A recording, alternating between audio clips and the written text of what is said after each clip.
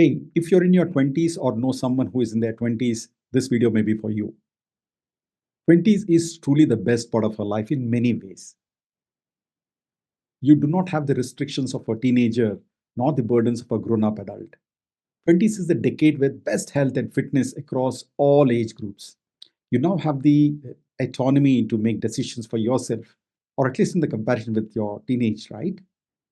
You got your own phone, you got your own social media, and perhaps you have a bike to move around. So you kind of have a lot of freedom and autonomy.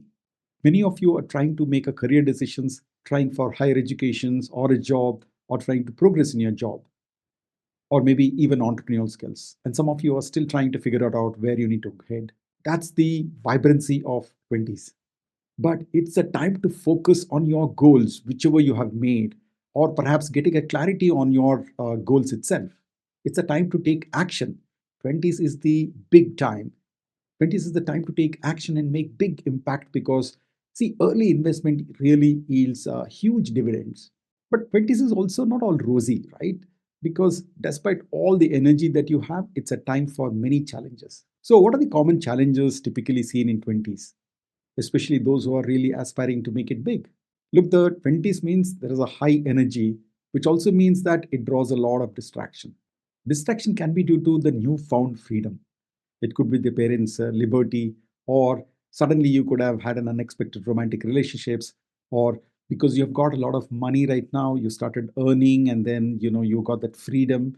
You've got a lot of new friends. You're traveling freely. You're much more independent. You've got more active presence in the social media, and so many more distractions that happens in their 20s, right?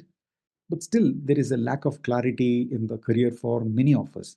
A lot of 20s are still in that phase where they feel that their precious time is getting wasted because of their procrastination or inconsistent motivation or lack of focus for whatever it is. They want to achieve more, but their motivation or their willpower is still limited. Therefore, even if some of your friends make a big achievement, you tend to feel uncertain, you have a lot of anxiety, and this sets you back. You're in a constant dilemma between working hard versus enjoying social life. There are days when you work really, really hard and you feel much accomplished, but that motivation and energy doesn't sustain all the time. And there are days when you just drag yourself to complete even one task. And there are so many such days where you don't achieve anything and you feel very guilty. Have you noticed that you are very good at completing when the deadlines are nearby, but you find it very difficult in the normal time to focus as much? You kind of get exhausted constantly motivating yourself. Sounds familiar? Because motivation almost seems like a cliche. And of course, motivation and willpower are very limited resources. And depending entirely on a motivation can be very exhausting and counterproductive. So you wish you had that zeal all the time at the switch of a button. You know what? Personally, I had this problem. I would enjoy doing the tasks that I really liked, but when it comes to other activities, I would struggle, even if it is very important. I somehow used to try and escape from that task. When I face that kind of a mundane tasks, my mind suddenly reminds me of the task that I've not completed to escape from this.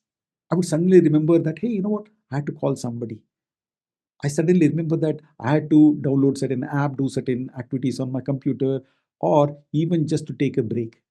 Anything to escape from that task. And this is a classic case of procrastination. We tend to push the activities that are not interesting, or it could be difficult to achieve, or when we lack clarity. That's the classic trait of a procrastination.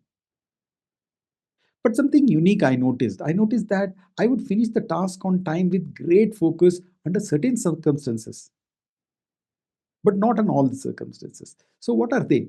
Let's say if my client wanted it on a particular day, okay, there is a deadline, I would finish it. Let's say if my co-founder or a partner wanted a presentation to be delivered, which is important for the investors, I would complete it. If there is a deadline to file my taxes, I would definitely complete it. So I wondered, why is it that I'm so focused and I tend to complete certain tasks while I hate doing other times, even though they are very important? And the reason for that is that there is an external force applied in the form of deadline or maybe some accountability partner. See, when my reputation is at stake, I would really ensure to safeguard it and I would do anything to accomplish the task. And that's a natural human tendency. Your mind works best under pressure when it is challenged. When time resources are depleting, your mind will get much more faster and most effective. You get that unknown energy and a hidden skills. From somewhere you get that all the power to complete it. Now you may wonder, we do not perform so well under stress. And you're absolutely right. So the difference though is that stress is an unhealthy pressure. When pressure exceeds your ability, it leads to stress. And stress is not good. You need healthy pressure, but not stress. You need to have a sense of urgency, but without the ill effect of stress. And that's the sweet spot to be in. Often the challenge is that the internal motivation or the willpower uh, will not be able to give you this state always because there are very limited resources. And that's why you fall in the trap of procrastination and the lack of focus. You need somebody like an accountability partner to be able to achieve your goals. There is one extensive research that shows the probability of you completing a task under following circumstances. One is that when you have an idea or a goal, you're likely to complete it at about 10%. Similarly, when you're consciously deciding that you will do it, then your probability of completing the tasks goes up to 25%. Further, by just deciding when you will do it, the chances of completing goes up to 40%. Even further, if you plan it very well, how to exactly do it bit by bit, then your chances will increase by 50%. Committing to someone or declaring your goal to someone that you're going to do it can increase the chances to 65%. And now, hear me out. Having a specific accountability appointment with someone you are committed to will increase your chances to 95%, almost 100%, right? So having an accountability partners has shown to be the most effective in accomplishing any task. An eminent psychologist, Dr. Russ Ramsey, says that we take action in a group setting. And this is supported by a psychological phenomenon called social facilitation that suggests that people have a tendency to be more productive or have a higher performance when they are in the presence of others. Norman Triplett, who has done this theory, calls it as a co-action effect. Now, that set me wondering, hey, you know what? During my yesteryears, during my college days, I did this with my friends, right? We used to do group studies, but most of the times it failed. Almost 9 out of 10 times it failed. That's because the group studies, when we do it with friends and not really with the accountability partner, the purpose is defeated. This is in fact counterproductive because we engage in casual conversations, leaving out the important activity. In fact, it is called as social loafing in psychology. You tend to waste time with friends and be counterproductive.